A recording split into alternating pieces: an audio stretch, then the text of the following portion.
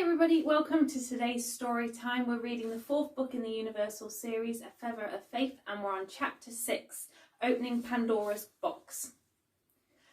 Ben and Molly Hugh continued to climb higher, making new footprints in places unknown. Molly skipped ahead, alive with the news that Ben had just shared with her through Ali's text. Hugh clambered up the nearest rock. "Hello down there," he called before jumping off. They twirled around the trees, laughing and exploring, revelling in the sense of freedom their new truths gave them. Molly leapt deftly over a fallen tree and paused a moment in thought. "Have you found your luck yet, Ben?" she asked, as a curiosity pondered what it might be. Ben pulled himself over the log, jumped up and grabbed onto a nearby branch.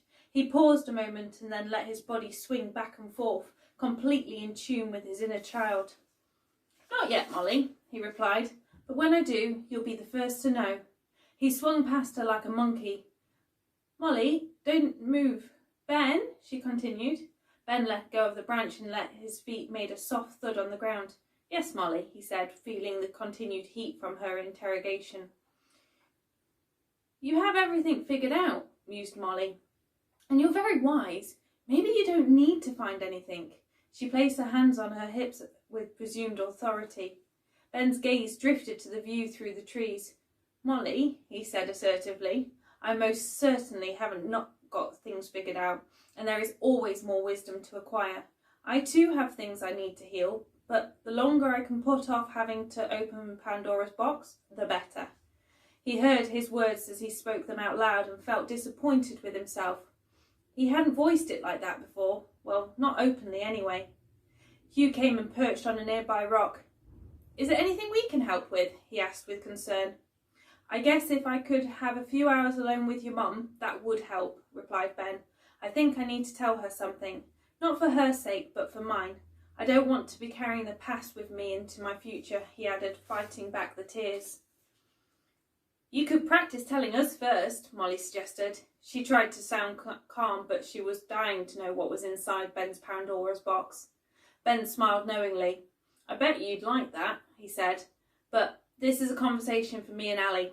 If I want my wish to come true, then I need to cut a cord from the past that is holding me back." "In that case," said Hugh, "let's go and drop the boat off at John's and head back to the hotel. Me and Molly can play in the hotel living room while you and Mum talk," he suggested with urgency. "No, there's no rush," replied Ben. "Let's explore some more." He knew deep down that he was stalling for time. He kind of wished he hadn't said anything at all now. "Boat, now," ordered Molly, pointing determinedly back the way they had come. Ben stuck his bottom lip out and dragged his feet along the ground. "You can be so bossy sometimes," he said, pretending to sulk like a child. He put his thumb to his nose and wiggled his fingers mockingly before sprinting back to the boat. Hugh and Molly leapt and bounded behind him, and they all started to laugh. "I win!" cried Ben playfully, holding up his hands in the air like a champion. "Aren't you supposed to let us win?" said Molly, climbing into the boat and giving him a look. Hugh scrambled in next, followed by Ben, and they all put their life jackets back on. Molly wriggled and fidgeted and then suddenly screamed, "Yahoo!" It felt as if she was burst with happiness if she didn't let it out. "Someone is glad to find their luck," giggled Hugh. Ben started up the engine and pulled away from the shore. Molly felt a little more settled, having got it off her chest. "Oh, Hugh, I so get it now," she said, squeezing his arm with delight. Ben drove the boat more slowly on the way back. He felt that he would have to delve into his darkest secrets the second he stepped back onto the jetty. "Maybe I don't need to tell her. Maybe I just need to never think of it again." He tried to seek comfort in his own thoughts and find an exit out of the uncomfortable feeling that was taking hold inside. The jetty approached all too quickly. They saw John appear from around the side of the cabin and make his way down towards the empty space on the jetty. "Hugh," said Ben, "when we get close enough, can you throw John that rope so he can secure it to the jetty?" Hugh carefully edged towards the front of the boat. He felt a little uneasy and tried to push down mental pictures of the boat capsizing. "Ready," he shouted when he was in place. Ben began to slow the boat and directed it seamlessly into its place. Hugh threw the rope with all his might. John snapped up the end and tied it to the metal ring on the jetty. John held out his hand and Hugh grabbed hold. He pulled himself back onto land and felt his legs wobble, as if he was still on the boat. Molly was the next out, and she linked arms with Hugh when she joined him on the jetty. Ben casually stepped out the boat. "Awesome," he said to John, his voice alive with enthusiasm. "So, you found what you were searching for?" asked John, looking down at Molly and Hugh. "Absolutely," confirmed Molly, high-fiving him with just a little too much clout. John rubbed his hand quickly on his side to take away the sting. He hoped nobody saw. "What are you up to?" Hugh asked as he peeked around the side of the cabin. "Oh, just giving boat number 4 a bit of love," replied John. "They need taking care of and nurturing, otherwise they would fall apart." "Can we help?" Molly asked bluntly, and automatically picked up the paintbrush. John glanced across at Ben, looking for permission. Ben shrugged his shoulders. "It's all right with me," he confirmed, "but only if they're not going to get in your way." John smiled. "No, it means it'll get done 3 times as quickly," he said with a wink. Hugh turned to Ben and nodded his head in the direction of the hotel. "You can just come back later," he said. "That should give you long enough to talk to Mum." Before Ben could even answer, Hugh pointed towards the road and then turned his back on him to join Molly and John.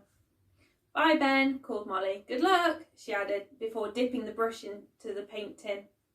Ben's feet suddenly felt very sticky. All right, he answered, feeling flustered. "I'm going. You both behave for John. If there are any problems, come straight back to the hotel. Together," he demanded. "I promise," said Hugh, placing his hand on his heart. For the first time, Ben wished there was an emergency to deal with, so that he didn't have to deal with what needed to be done. But everything remained calm and perfect. "Darn it," he muttered under his breath as he made his way back along the edge of the loch towards the hotel.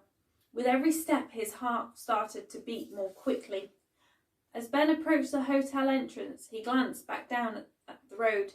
That seemed to take a lot less time on the way there, he thought, as he momentarily paused to catch his breath. "Come on, Ben," he said firmly to himself. "You can do this. It's the right time." He tried to coax his body back into the hotel, but his feet remained frozen to the spot. He closed his eyes and felt the ground beneath his life quiver and shake. "Are you all right?" inquired a squeak voice next to him. Ben slowly opened his eyes to find Ali standing in front of him, looking concerned. "You look very pale. You're not going to pass out on me, are you?" she asked, wanting only one answer. Ben smiled weakly and shook his head. He reached down, laced his fingers between hers and began to guide her back down towards the edge of the loch. He slipped off his coat and wrapped it around her shoulders. Ali remained quiet as they began to walk along the water's edge. She cautiously looked across at Ben. She really didn't know what he was thinking, and it unnerved her. "There's something I need to tell you," said Ben, after what seemed like an eternity. "But I'm so afraid to, in case it ruins everything that we've become. But not to tell you would be like watching poison ivy slowly grow around our love and gradually suffocate it until it no longer existed." Ben kept his gaze on the shore as his footsteps crunched along the pebbles. Ali's grip got tighter and tighter, but she remained silent and focused on putting one foot in front of the other. Ben let out a deep sigh and Ali saw a tear roll down his cheek. "Do you remember asking me why I became so agitated in the town, especially where the traffic lights were?" he asked. "Yes," replied Ali simply. Ben's footsteps paused a moment, but he continued to walk. "Well, there was an accident there. It was the talk of the town. Actually, it still is in some ways," he explained. His voice began to crack and more tears fell. He attempted to push down the growing lump in his throat. Wasn't working. "It's okay," soothed Ali. "It can't be that bad." Ali stopped him and forced him to look at her. Ben met Ali's gaze and he crumbled with an overwhelming feeling of love for the person in front of him and his unfathomable devotion. He felt he would have no future if she wasn't in it. "It is bad," corrected Ben, "and worse." He was now no longer able to stand and he collapsed to his knees. Ali instinctively sank down and wrapped herself protectively around him as he wept. She wished so deeply that she could take the pain away. "It was all my fault," sobbed Ben. "I should never have shouted at her. Then she would never have driven off that night and none of it would have ever happened." Ali slowly pulled away so she could hear his words. Confusion washed over her. "Honey," she said gently, "you're not making any sense. Please start from the beginning. If there is one thing that I'm certain about, it is that our love can withstand all life's growing pains." Ben sat down on his bottom and pulled his knees up to his chest. In that moment, he looked like a lost little boy. "We had been together for some time," he began, "and things weren't going very well, but we were both young. We were having another fight. They were becoming more and more frequent, and when we fought, it was like two bulls at loggerheads together. We threw the most cutting words at each other, usually about how I was away too much," he continued, lowering his head. "That night, I remember slamming my hand down on the table in frustration. She picked up the dinner plates and threw them in the sink. The sound of smashing echoed around the kitchen, and then she just stormed out. I didn't go after her. I was just so angry with her. I was away so much because I was trying to build the ranch up so that it could take care of both of us. I was doing it for us. Anyway, I listened to the car start up and the screech off down the road. The next thing I remember is picking up the broken plates from the sink and looking at the clock on the wall. 3 hours had passed since she'd left, which was unusual for her.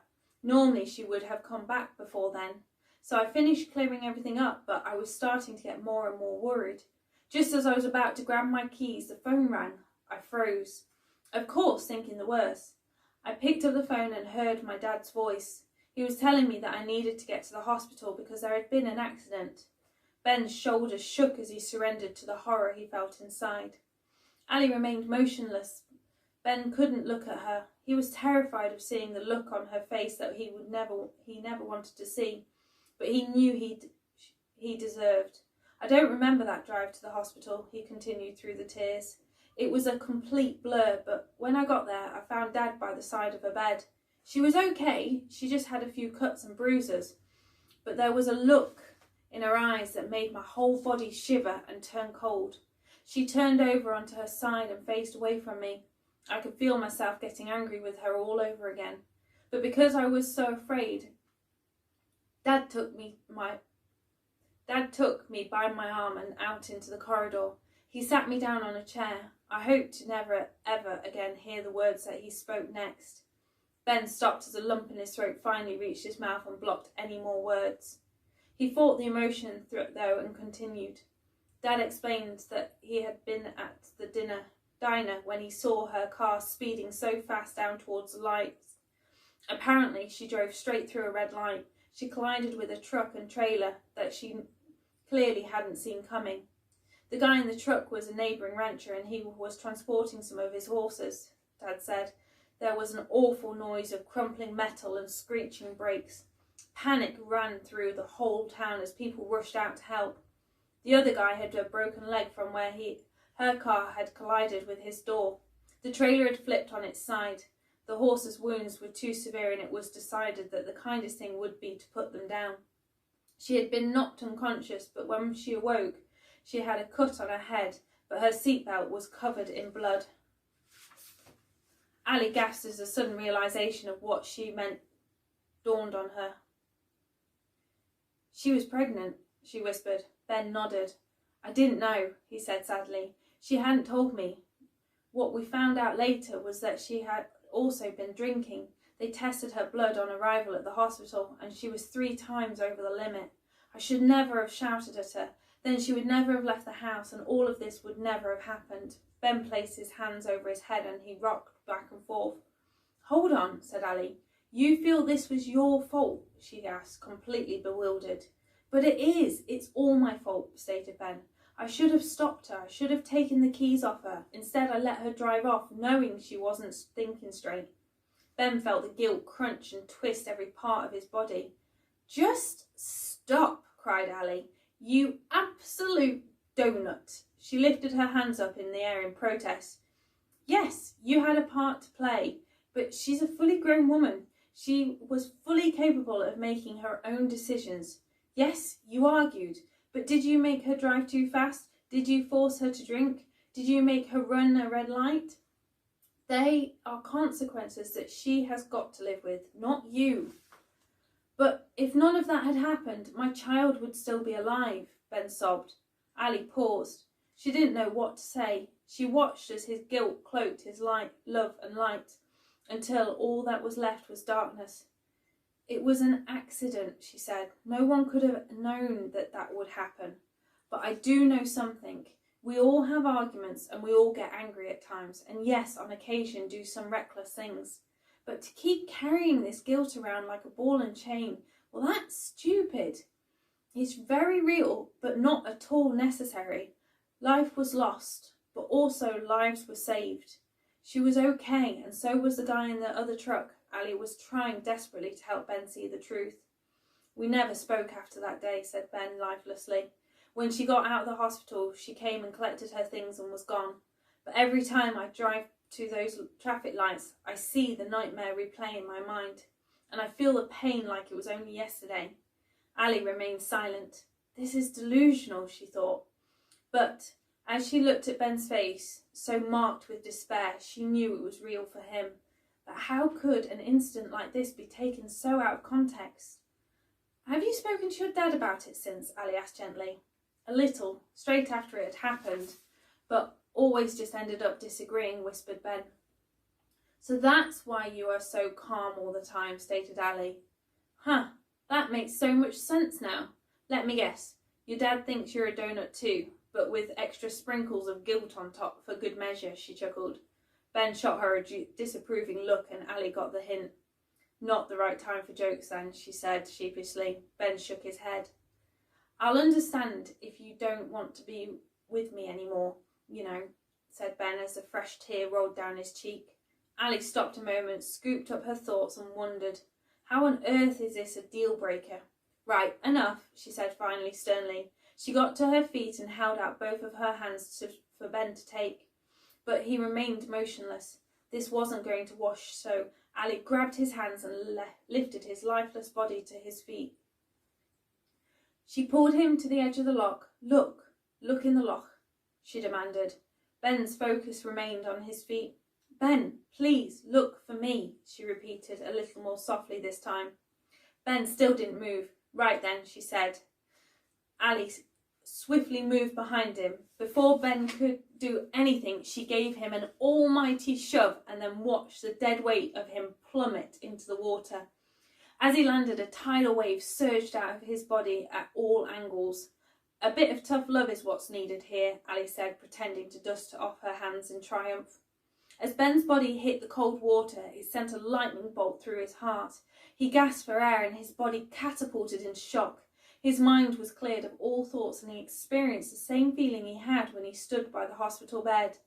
He flapped his hands and his feet frantically sought something to stand on, but each time he found a footing, he slipped on the slimy rocks. Ben felt panic begin to take over and his body shook vigorously with the cold. He closed his eyes and heard a faint whisper, "Stop fighting to keep me alive. Let me go." In that moment, Ben's arms began to calm. His feet stopped seeking solid ground and he felt himself surrender. Ali watched Ben finally become still and she shuffled anxiously. "Come on, Ben, you can do it. Come on, let it go," she whispered encouragingly. Ben felt a peace begin to seep into his body and he no longer felt cold. He no longer felt the guilt. He didn't feel anything at all. He let his body suspend itself in water. In this exact moment, between his past and his future, he no longer fought for air. Ali became worried and started to walk closer to the edge of the water. Ben rolled over onto his back and angled his face towards the sky. He took in a deep, long breath and filled his body with life. The sunlight warmed and illuminated his skin. The feeling was like that of love. He slowly opened his eyes. His body no longer felt like his. He felt lighter as he floated on top of the water. The sunshine began to warm each part of it, filling it with love and light, and he realised for the first time that he felt free. Ali started to wade in up to her ankles, pulling Ben out of his trance. When he heard the movement of the water, he suddenly became aware of his surroundings and slowly lowered his legs. His feet found a hold on the shore bed and he stood up. Water droplets dripped off his body like tears. They sparkled in the sunlight as they fell back into the water. Ben glided towards Ali, who was standing with her arms open wide. As he reached her, she pulled him in and squeezed him tightly. "Welcome home, my love," she whispered in his ear. Ben nestled his head into her neck, and Ali felt his fingertips grasp in her clothing. Their embrace defined how they both felt. In this moment, words were not needed. Ben slowly lifted his head and stared deeply into Ali's eyes. They were bottomless lagoons of love, and he nodded in acknowledgement and agreement. They hugged and kissed in celebration of this victory. Ali finally broke the silence. "We'd best go and rescue John from all Hugh's questions," Ali said, beaming with pride at Ben's strength. They paddled back to the shore, and Ben's clothes stuck to his body. He held up his arms and surveyed the damage. Ali placed his jacket back around his shoulders. "I'll run you a bath when we get back," she promised. They took each other's hands as they walked in silence. They both wanted to savour the feeling that were erupting inside as they watched the boat-lined jetty get nearer. "Hello? Anyone there?" shouted Ali. "Round here, Mum," responded Hugh immediately. Ben and Ali made their way around the back of the cabin, and as they turned the corner they saw Hugh and Molly standing proudly next to a gleaming boat. Monkey. Wasn't the paint supposed to go on the boat?" Ali asked jokingly as she surveyed a now multicoloured Hugh before her. "Oh, Mum, that's a rubbish joke," responded Hugh. "Do you like it, though?" he said, pointing his paintbrush towards the boat. Ali smiled. "It looks brilliant," she gushed. Hugh then looked across at Ben, who was still dripping with water. He cocked his head to the side and Ben smiled. "I'm not going to even ask," said Hugh, shaking his head. "Ali," called a voice behind. "Hello, you," said Ali as Molly came into view.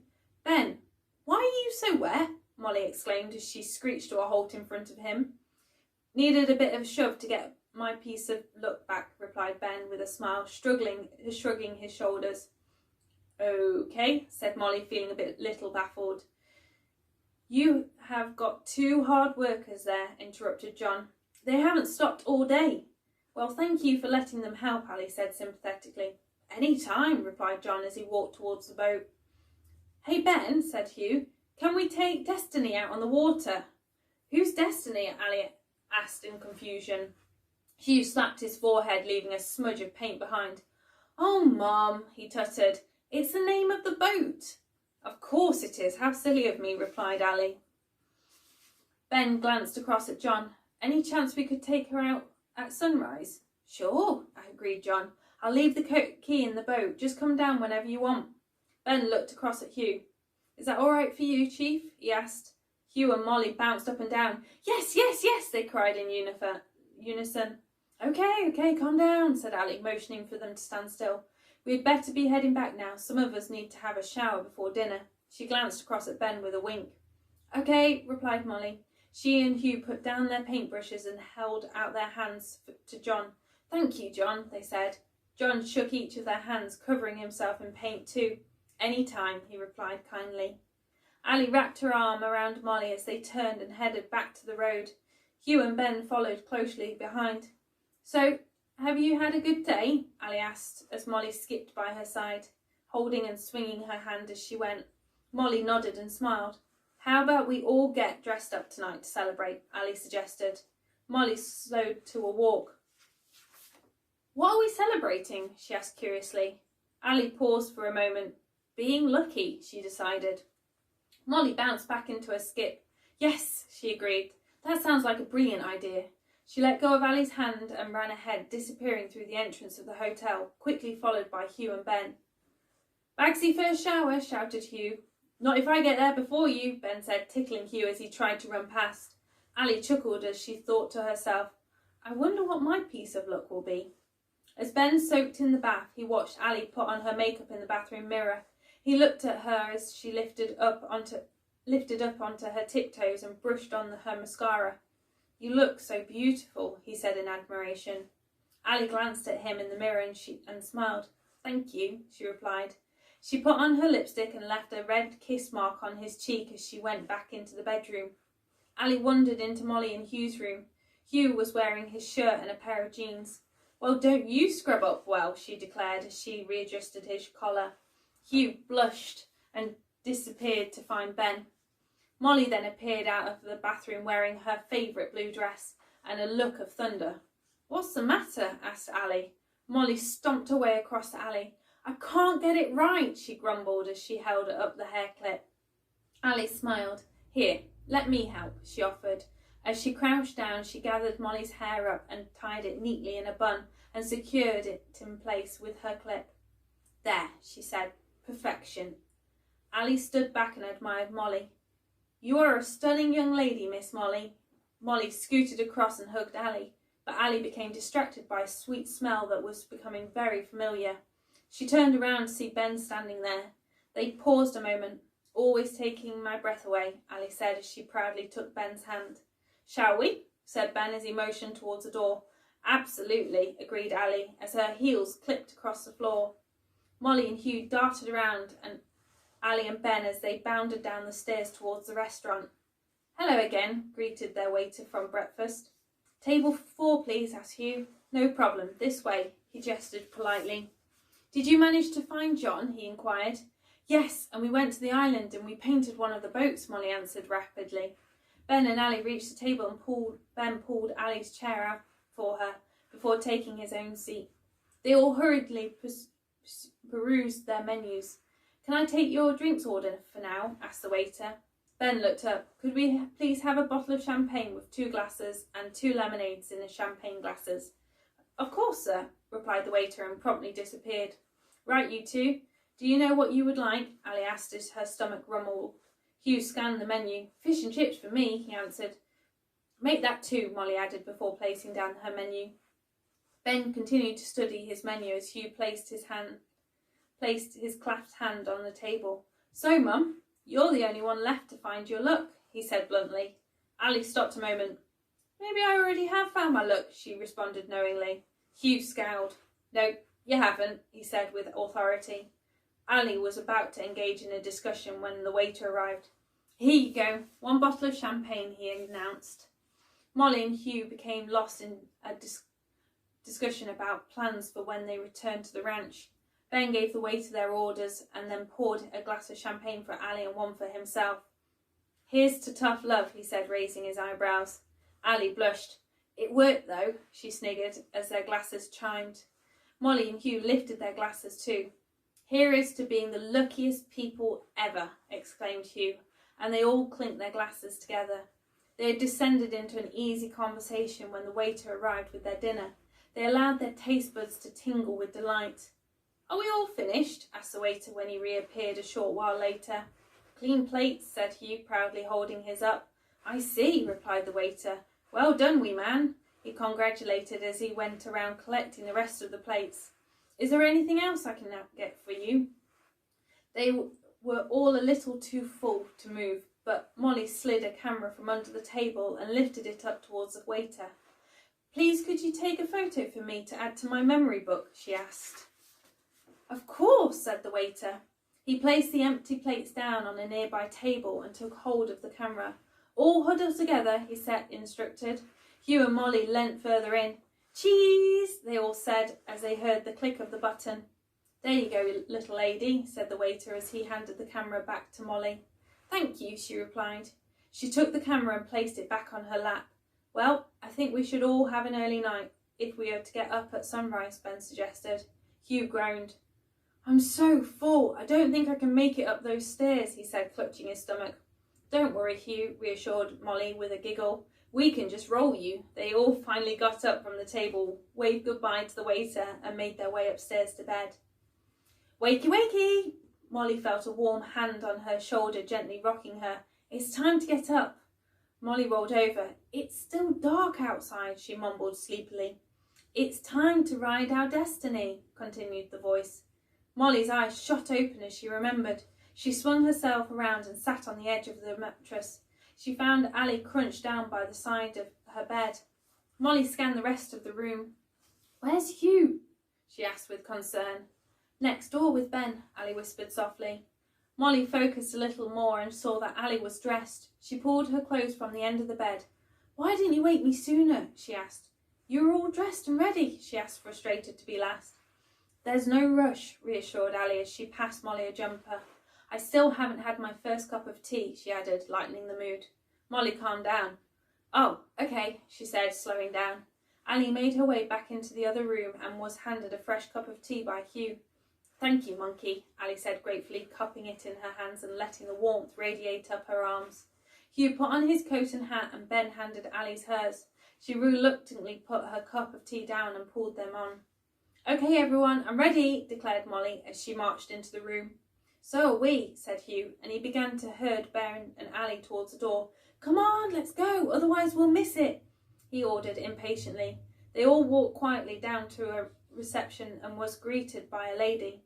She was sitting behind the desk and her face was illuminated by the desk lamp. "We'll be back soon," Hugh announced as he continued to push everyone out the entrance. Hugh and Molly burst into life as they all began to run towards John's boats. Ben and Ali lengthened their stride. By this time they had reached the jetty. Hugh and Molly had already put on the life jackets and were in position. John had kindly left the jackets in the boat for them. Ben held out his hand for Ali as she stepped into the boat. She had barely sat down before her life jacket was thrusted at her. "You have to wear one of these," Hugh insisted. Okay, give me a chance," said Ali as she took it from him. Ben then climbed in, scooped up his life jacket and headed towards the back of the boat. Ali shuffled to find a more comfortable position. "Everyone ready?" Ben shouted from the back of the boat. "Aye, aye, Captain," Molly called in response. The boat's engine came to life and Ben navigated its way from the jetty. He used the natural light from the stars and the moon, which were lighting up the water just enough to see. The boat cut effortlessly through the water and Ben began to ease off the throttle before turning the engine off completely. They listened to the clinking of the chain as he slowly lowered the anchor into the water. They all gazed up at the thousands of sparkles of starlight in the black sky and sat in silence to better hear the night's chorus. The boat bobbed gently up and down in the water. They watched and waited. All that there was to do in this moment in time was just be. The cloak of darkness slowly lightened as the sun began to rise behind the boat. The sky displayed an array of colours, reds, purples, oranges and yellows. The glorious sphere of light rose above the crest of the horizon and the stars slowly disappeared. The night's chorus played its final notes and the birds started to sing, to herald in the beginning of a new day. They all watched completely mesmerised as the colours in the sky transformed and got brighter. Ali looked down at the reflection in the water. She could see the shimmering silhouettes of Hugh, Molly and Ben surrounded by the radiance of the sunrise.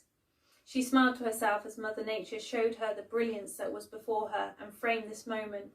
It was a memory that would forever hang on the wall of her heart.